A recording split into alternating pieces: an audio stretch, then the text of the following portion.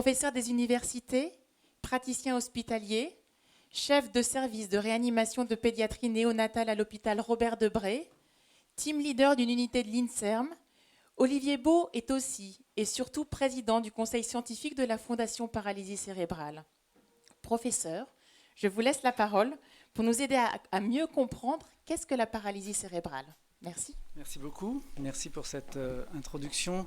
Madame la ministre, cher parrain de la Fondation Paralysie Cérébrale, mesdames, messieurs, cher Alain, permettez-moi tout d'abord de vous souhaiter la bienvenue à ce colloque qui réunit les différents membres et donateurs de la Fondation Paralysie Cérébrale et puis des politiques, des scientifiques, des patients et des soutiens de cette noble cause qu'est la cause de la Fondation Paralysie Cérébrale.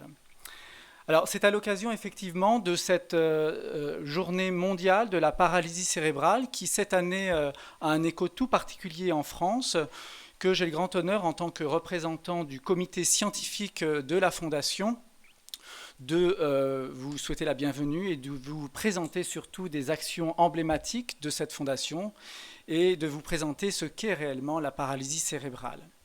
Alors, la paralysie cérébrale et plus généralement les handicaps qui l'entourent est une pathologie qui est assez sous-estimée et méconnue du grand public en France. Elle touche pourtant un nombre important d'enfants et de familles. Il faut savoir qu'en France, chaque jour, 5 enfants naissent et vont développer ultérieurement une paralysie cérébrale quelques mois ou quelques années après leur naissance. Et finalement, cette fréquence est très importante puisqu'elle est plus de 10 fois celle de la mucoviscidose ou de la myopathie de Duchenne, qui sont parfois des pathologies bien mieux connues du grand public.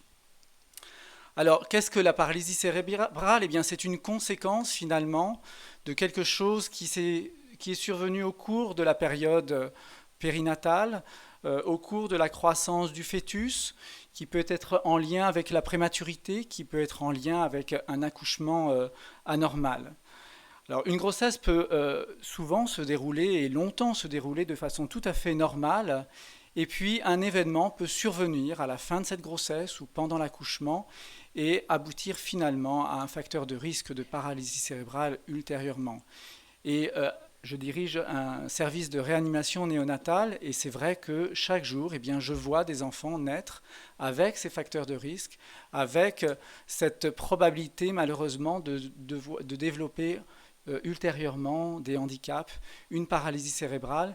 Et c'est quelque chose qui doit nous toucher, doit nous interpeller parce que finalement ce côté aléatoire qui peut toucher n'importe qui, même lorsque la grossesse s'est bien déroulée initialement, eh bien, doit réellement nous faire penser à prévenir et à mettre réellement des actions et des moyens pour prévenir cette paralysie cérébrale.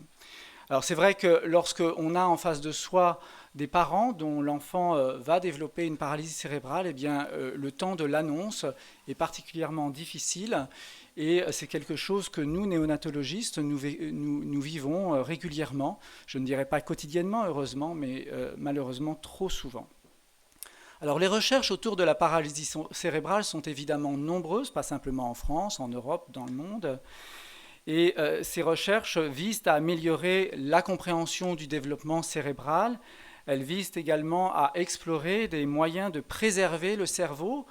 On essaiera évidemment de prévenir la prématurité, de prévenir les accouchements qui se passent de façon anormale, d'améliorer la croissance fœtale, mais finalement la fenêtre d'intervention que nous pouvons réellement améliorer est une fenêtre postnatale après cette naissance afin de limiter les conséquences fonctionnelles de ces naissances anormales.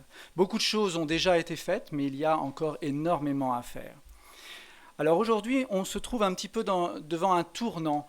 Les recherches ont été très nombreuses.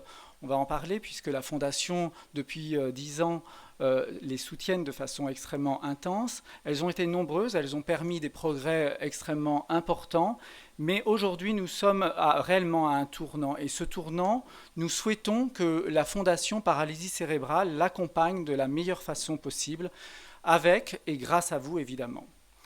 Alors, le soutien et l'accompagnement dans les recherches de laboratoire sont importantes parce que nous sommes sur le point de pouvoir tester cliniquement certaines stratégies, par exemple de neuroprotection ou de prévention des lésions cérébrales chez l'homme. Ce soutien et cet accompagnement doit également concerner les nouveaux outils d'évaluation du confort des patients, de la perception de ce confort, de la qualité de vie des patients atteints de paralysie cérébrale. Et d'ailleurs, l'enquête ESPACE, dont Clésia est un des partenaires, va être détaillée un petit peu plus tard pendant la soirée. Et puis enfin, ce soutien et cet accompagnement de la Fondation Motrice doit intervenir en collaboration avec d'autres fondations de paralysie cérébrale qui sont présentes dans d'autres pays, en Europe et dans le monde. Et cette prise de conscience d'une action concertée par les registres, par des études communes, par des projets de recherche d'envergure, est une prise de conscience relativement récente, et je pense que c'est quelque chose dont la Fondation Paralysie cérébrale doit être un acteur majeur.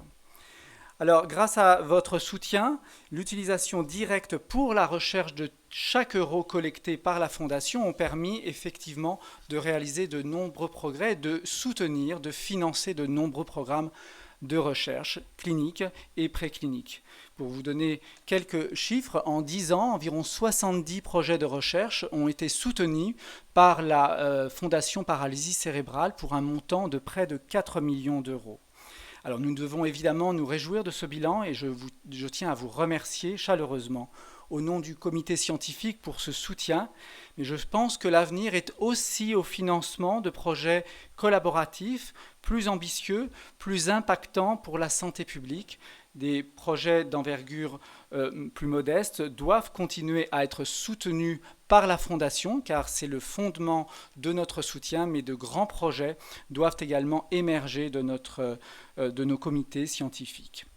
Alors, concernant justement ces pistes de grands projets, nous identifions actuellement, en lien avec notamment le comité d'administration, le conseil d'administration, pardon, et les patients et leurs familles, nous sommes en train d'identifier des domaines prioritaires de recherche, notamment dans le sens de la prévention et de la neuroprotection, de la recherche de biomarqueurs, d'une meilleure connaissance de l'histoire naturelle de la paralysie cérébrale, afin d'avoir un impact plus fort sur la qualité de vie et sur finalement le devenir de ces patients atteints de paralysie cérébrale.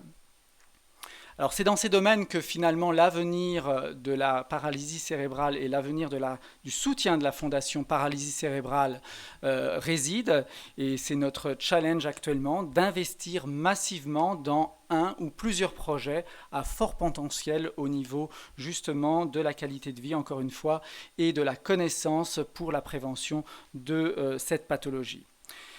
La Fondation Paralysie cérébrale, il faut savoir, en France, est l'unique fondation dédiée à cette pathologie, qui n'est pas simplement d'ailleurs focalisée sur la paralysie cérébrale, mais aussi sur d'autres handicaps en lien avec les facteurs de risque de paralysie cérébrale.